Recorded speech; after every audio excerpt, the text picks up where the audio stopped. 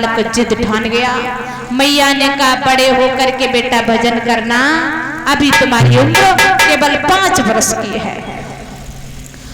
बेटा रो करके माँ के चरणों में गिर गया, कहने लगा मुझे आज्ञा दे दो, अगर अपना बेटा मानती हो तो।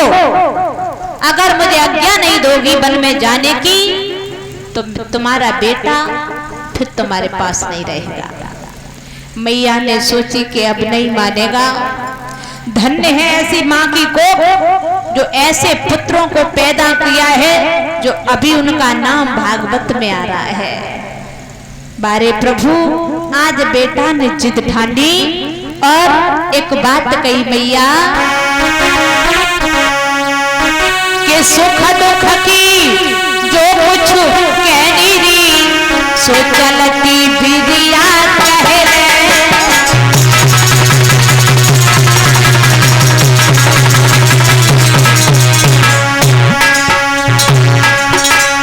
बारे बेटा, धन्य है ऐसे लाल को,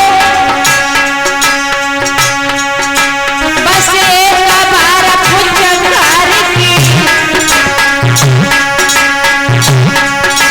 बस एक बार पुचकार की बोली मेरी जननी ले ले।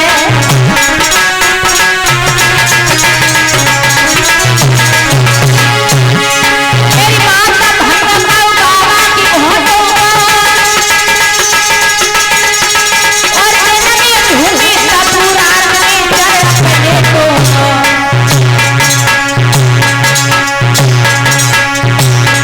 ओरी मैया री, ओरी जननी री, आज्ञा लगा तूने दे दिए तेरो मन में जाए को लालो माता री, आज्ञा लगा तूने दे दिए।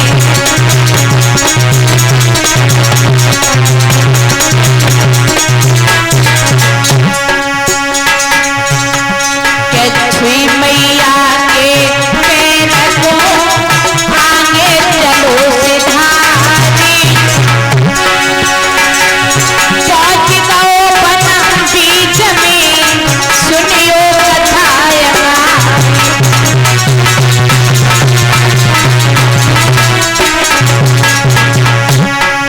ओरे बंसी वाले श्याम समय कछुनी को आएगा। ओरे मुरली ओरे बंसी वाले श्याम समय कछुनी को आएगा।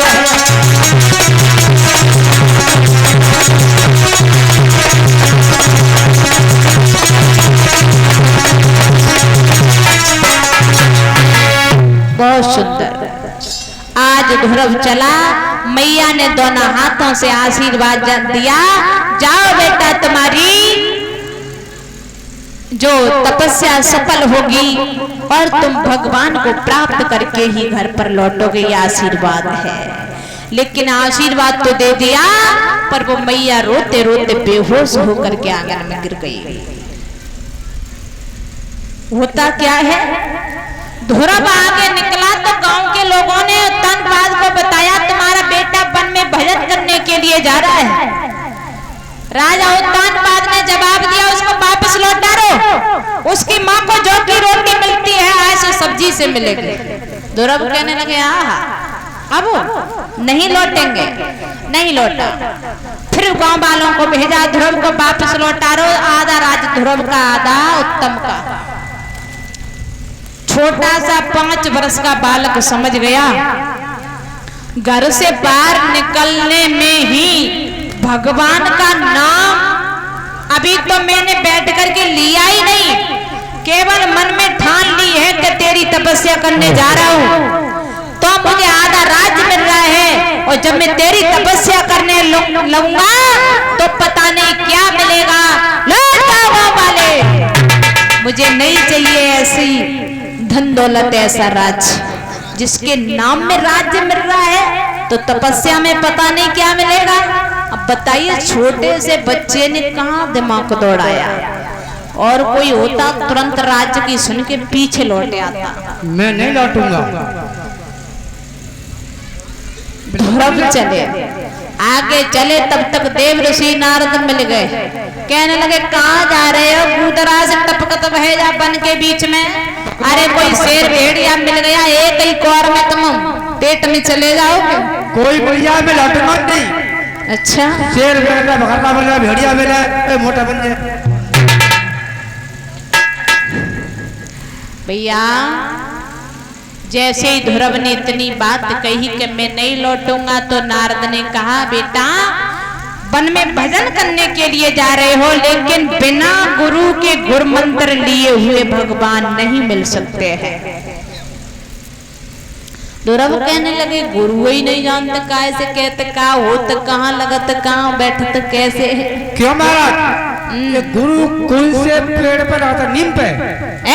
और ये नीम पे नहीं लगते, ये गुरु बनाए जाते हैं जो गुरु मंत्र देते हैं। तो आम के पेड़ पर और पागल कहीं के आम के नीम के पेड़ पे नहीं लगते। ये गुरु होते हैं जो गुरु मंत्र देते हैं, तब भगवान की प्राप्ति होती है। अच्छा, कुम्हार पर बनवा मिट्टी के? अरे पगले, कुम्हार नहीं मिट्टी के बनाते हैं। और ये इंसानी होते हैं, लेकिन ये विद्वान होते हैं, ये गुरु मंत्र देते हैं। अच्छा, बे इंसान जे आज भैया महाराज नारद ने ऐसा करो तो आप गुरु बन जाओ। नारद ने कही बेटा गुरु मंत्र ले लो। ध्रुव कहने लगे हमें जाए कहाँ गुरु मंत्र लेने, ऐसा करो तुम ही गुरु बन जाओ। तो ध्रुव से बाबा ने कहा देखो हम जो मंत्र बना उसका जाप करना। ठीक है महाराज।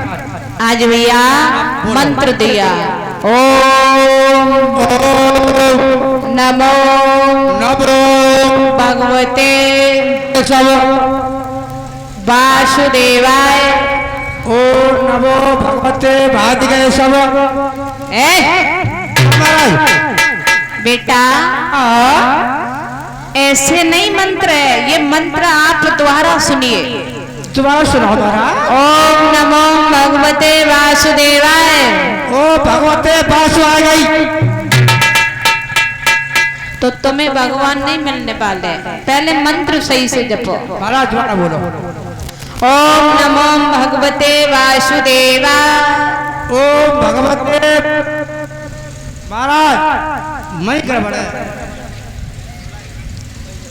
आज महाराज ध्रुव ने जैसे ही मंत्र को लिया और नारद ने मंत्र के साथ में भगवान का रूप बताया, ध्रुव पहुंच गया वन में बैठ गया।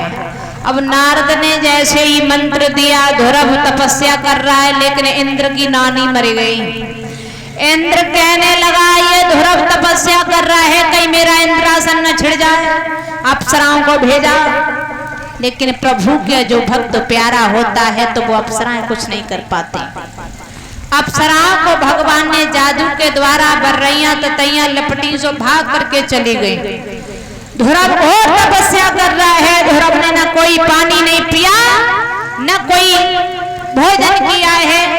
उसके बाद में ध्रुव उस पद्मासन लगाया, उसके बाद में ध्रुव एक पैर के अंगूठा से खड़े होकर के तपस्या करने लगा। भगवान का वही मंत्र जाप कर रहा है और भगवान सो रहे हैं। सरसैया पर सरसैया हिलने लगी। आज हुआ क्या कि जब ध्रुव ने खींची प्राण पाओ तो पाओ रुकी तेरा लोकी तो पाओ रुकी तेरा लोकी। आकाश हिला मान हिला तब घुटने लगी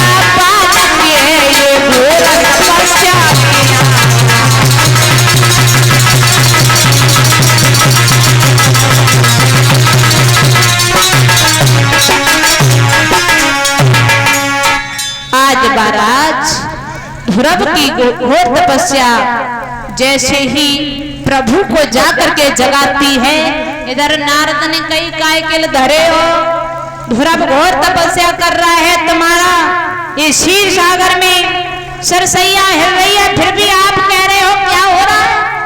और जैसे ही प्रभु को पता चला कि छोटा सा बालक भजन कर रहा है, दौड़े और दौड़ करके ध्रुव के पास में आए, आवाज लगाई, ध्रुव आंखें खोलो। लेकिन नहीं, क्योंकि हृदय में भगवान का रूप बसा था। अपने रूप को प्रभु ने खींचा, ध्रुव हाय पिताजी कह करके गिरने वाला था, तब तक भगवान ने गोदी में ले लिया। बोलिए भक्त वत्सल भगवान की। गोदी में लिया, ध्रुव टकटकी लगाए देख रहे भगवान की तरफ, ध्रुव देख रहा है।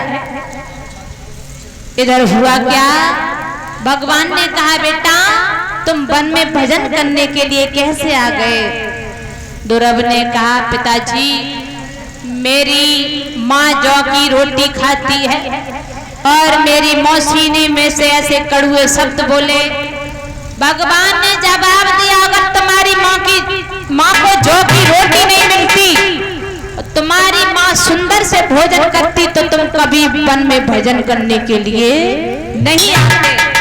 भजन तो वही कर सकते हैं जिस पर कोई मुसीबत होती है, जिस पर गरीबी होती है, जिस पर औखा होती है, विपदा होती है, वो अच्छे से भजन करता है। आज ध्रुव को अयोध्या में वापस भेजा। ध्रुव मौसी से मिले, मौसी के बाद में अपनी माँ से मिले। माँ ने कहा हमें दर्शन करवाइए, माफी चाहूंगी कि मौसम खराब हो रहा है इसलिए जल्दी जल्दी। जब भगवान ने कहा बेटा वरदान मांगो, ध्रुव ने कहा कुछ वरदान नहीं चाहिए। लेकिन ध्रुव की माँ ने जवाब दिया प्रभु अगर वरदान दे रहे तो मैं जय सौत पाऊं, यही पुत्र पाऊं, यही पति पाऊं। आजकल की नारी ना अगर ऐसी सौत होती तो सबसे पहले भगवान से ये कहती कि सौत पहले मेरे आंखों से हटका, ऐसी सौत में 7 जन्म नहीं चाहिए जिसने मुझे दुख दिया। लेकिन ध्रुव की माँ ने पई सौत मांगी। भगवान ने कहा कि बेटा अपने मन से हम तुम्हें एक चीज और देते हैं कि जाओ आप हमारे धाम के लिए आओगे तब आप एक ध्रुव तारा नाम से जाने जाओगे और जब तक सूरज चांद रहेगा तब तक तुम्हारा नाम रहेगा। आपने देखा होगा आकाश में अभी ध्रुव तारा चमकता है, ये वही ध्रुव तारा है। बोलिए गोविंद भगवान की। अब आइए इसी सूरवंश में चलते हैं भगवान श्री राम की कथा की तरफ। मेरे श्रोता बंधु, कहा जाता है